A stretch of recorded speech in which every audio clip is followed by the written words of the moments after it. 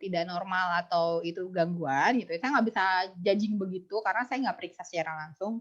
Dan nggak boleh juga bilangin bahwa kamu bermasalah tanpa saya meriksa gitu. Nggak boleh, itu kode etik di kami gitu. Jadi tapi, nah ini ada kata-kata tanpa sebabnya itu loh Dek yang saya tanyain. Kalau misalnya ternyata tadi sebabnya adalah ketika saya ngaca, jerawatan, ternyata saya baru nyadar bahwa jerawat saya udah penuh semuka. Ngapain aja saya selama ini nggak pernah ngaca. Nah itu boleh nangis. Atau misalnya, aduh kok saya makin keriput ya. Kayak saya kalau ngaca itu ya Allah mata saya udah kayak panda, saya udah kayak baby panda atau mama panda gitu. Terus saya sedih, itu stimulusnya normal. Tapi kalau nggak ada stimulus tiba-tiba nangis, cek lagi. Ada peristiwa apa yang terdekat? Ada kejadian apa? Kalau nggak ada juga, coba curhat ke teman. Ya, ke teman dulu deh. Sahabat ya, hati-hati dengan milih teman juga. Nanti arahnya ke toxic relationship nanti ya. Oke, terus sering ngalamin. Nah, apalagi kalau udah sering ngalamin deh, gimana dong? Coba cari sebabnya dulu ya. Jangan bilang nggak ada sebab. Pokoknya saya pengen nangis-nangis aja. Itu kan berarti ada perubahan di emosional. Itu pasti punya sebab. Ketika terjadi perubahan emosional itu pasti punya sebab. Apakah ada kejadian traumatik yang membuat Anda merasa bahwa Anda terganggu? Dalam kurun waktu paling panjang tuh kalau misalnya pengen evaluasi tuh 2 minggu ini ada kejadian apa ya? Oh lewat nggak ada kayaknya. 1 bulan deh, 1 bulan. Nggak ada. 6 bulan yang lalu, 1 tahun yang lalu. Jadi coba cari yang itu membuat teman-teman merasa bahwa sejak kejadian itu teman-teman merasa terganggu. Ya. Terus cara menghilangkan traumanya itu gimana? Nah, itu proses yang berbeda deh. Itu proses yang berbeda bagaimana kemudian menghilangkan trauma. Yang pasti ketika teman-teman merasa bahwa itu bermasalah dan teman-teman udah ketemu sumbernya, sadari dulu. Ya, saya bermasalah di sini. Sadari dulu dan terima dulu perasaan itu. Baru gerak. Kayak kita tahu sesuatu gitu ya, kayak kita tadi sadar gitu kan bahwa kita nyimpan sampah di ruangan, 1 hari mungkin nggak kelihatan, cuma 1 plastik doang, 1 minggu udah mulai numpuk, udah mulai bersih-bersihin, 1 bulan, loh kok udah tinggi, itu kan kita nyadari dulu nih, kita nyadarin oh ada sampah tuh di pojokan gitu. Kita bisa nerima nggak? Kalau nggak bisa kita terima kan kita harus sapu, ya kan? Tapi kan misalnya oh iya, gue ngebuang nih, kemarin ngebuang ini gitu kan. Maka salah satu caranya, 1 terima dulu, sadari dulu, kemudian terima bahwa memang saya punya permasalahan seperti ini. 3 baru cari jalan keluar. Jalan keluarnya gimana? Banyak banget. Kalau misalnya dengan pendekatan self confessing gitu kan. Kalau saya lebih suka naratif, jadi biasanya ketika permasalahan yang apalagi terkait dengan kepribadian gitu, mereka yang punya kepribadian yang kecenderungan introvert, itu kan susah untuk membuka diri ke orang lain. Biasanya saya suruh mereka nulis dulu. Alih-alih untuk bicara, tapi nulis deh. Nulis apapun. Dan Pennebaker itu menemukan cara, ini salah satu fokus penelitian saya juga di naratif terapi dengan menulis itu, menurut Pennebaker ketika kita kemudian menulis secara konsisten setiap hari minimal 30 menit, itu akan membuka banyak inhibisi keterbatasan dalam diri yang membuat kita bisa mengevaluasi diri kita, dan itu bagian dari healing proses. Kayak nulis diary. Itu guna banget kayak gitu. Jadi jangan, atau misalnya kalau sekarang itu kan prosesnya di usia-usia generasi Z ini ya. Kalian kan generasi Z, saya yang generasi milenial.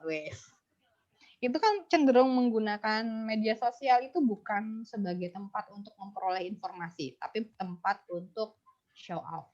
Sorry itu saya ya, buat ria. Yalah, emang nggak ada orang yang posting foto terus nggak pengen dipuji gitu, enggak kan? Maka banyak dari mereka kemudian menuliskan cerita-cerita tidak menyenangkan itu di Twitter, di Facebook, kemudian di blog. Kalau saya dulu ngeblog sih, zaman-zaman saya tulis blog gitu, lebih privasi soalnya. Dan kemudian ketika mendapatkan komen yang membantu itu, mereka cenderung mendapat rasa nyaman, itu nggak apa-apa. Ya, jadi kalau patologis gimana? Sampai bikin akun 2, 3, 4, 5 untuk nge-like status sendiri, nah itu patologis itu. Nanti kita bicarakan lain waktu. Ya, kenapa kemudian itu jadi patologis? Tapi ketika kemudian itu tersadari bahwa punya permasalahan di situ, coba cari, kan tadi di awal saya udah bilang bahwa kita punya kapasitas untuk mengatasi permasalahan kita sendiri. Yang bikin kita nyaman gimana? Tidur, nggak apa-apa tidur. Cuma masalahnya kemudian, apakah dengan tidur permasalahan kita selesai?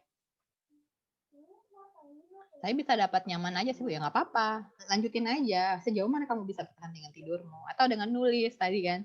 Apakah kemudian dengan nulis itu bisa selesai? Setidaknya ketika kalian menulis dan membaca ulang, ada makna yang bisa kalian dapat dari sana. Pemaknaan itu adalah proses healing yang sebenarnya. Daripada kayak ngaca gitu kan, ngaca gitu terus ngomong.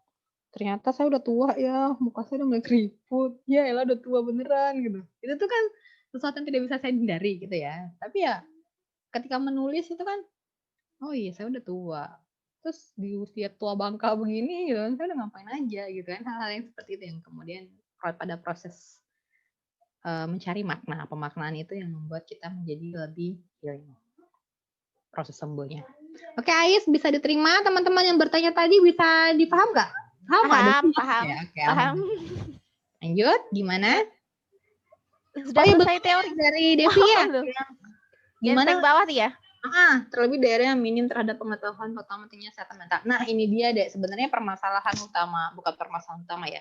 Ya benar. Permasalahan utama kenapa kemudian mental health itu selalu jadi permasalahan yang nggak terselesaikan. Satu, karena nakesnya sendiri tuh yang saya bilang terbatas. Yang tadi saya ceritain di awal.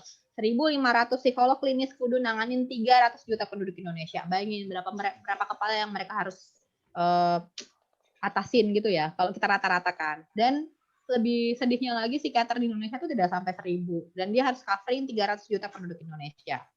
Oke, di situ.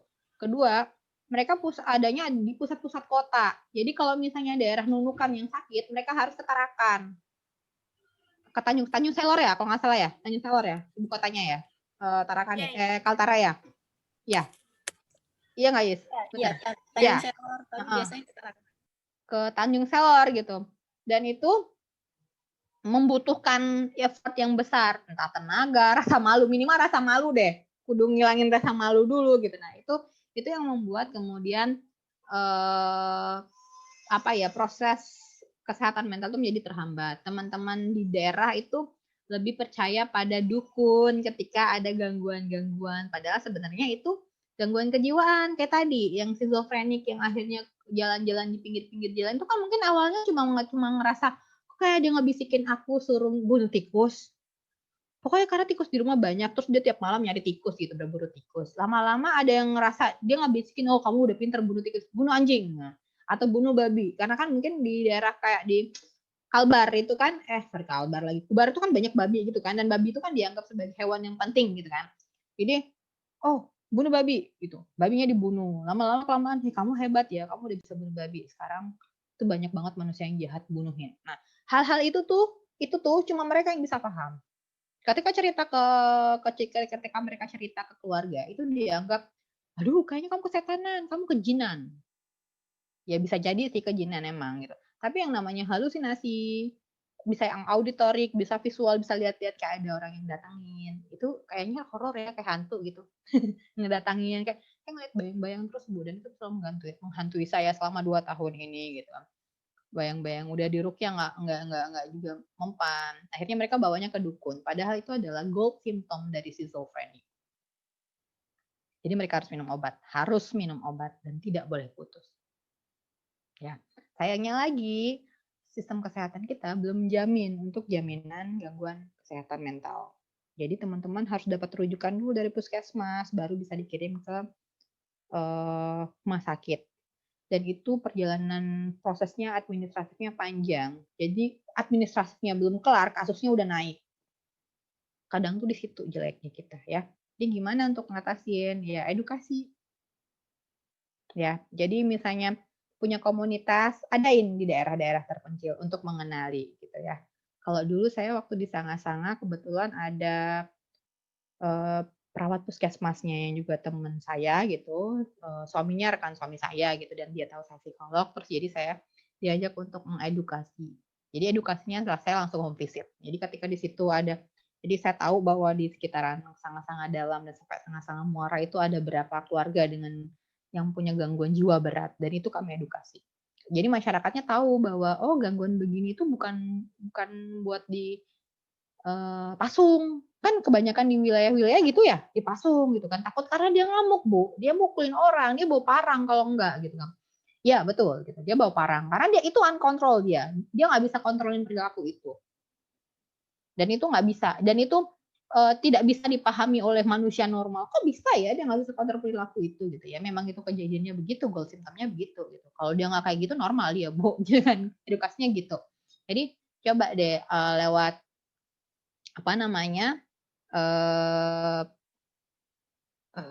bengkel remaja mungkin punya program edukasi ke wilayah-wilayah terpencil, entah dengan ngasih penyuluhan secara langsung. Kalau sekarang kan kalau penyuluhan kayaknya agak sedikit mustahil ya, mengingat kondisi pandemi gitu. Mungkin bisa bikin poster atau tayangan singkat berkaitan dengan kesehatan mental, bahwa ini tuh gangguan mental, bukan gangguan kejinan. Dan orang-orangnya tidaklah harus dipasung atau dikucilkan. Mereka itu bisa sembuh sosial. Mereka bisa sembuh sosial kok, walaupun nanti di waktu-waktu tertentu mereka kumat lagi. Nah, proses kumatnya ini nanti kan udah dipahami nih, oh kalau udah kayak gini mereka bakalan kumat, jadi mereka bisa treat sendiri nanti. Ya, jadi tinggal teman-teman mungkin bisa punya, saya perpanjangan tangan saya tuh ya teman-teman ini, teman-teman yang muda-muda ini. Mungkin ide-idenya jauh lebih banyak ketimbang saya yang udah tua ini gitu ya. Mungkin bisa bikin, sekarang kan orang-orang daerah juga udah punya HP gitu ya. Bikin video kecil, video singkat, durasi 3 menit, 5 menit tentang edukasi kesehatan mental. Yang dari yang ringan-ringan dulu. Kalau sekarang kan fokusnya ke cuci tangan. Nah, akhirnya kan itu kan jadi budaya. Jadi budaya kita, cuci tangan.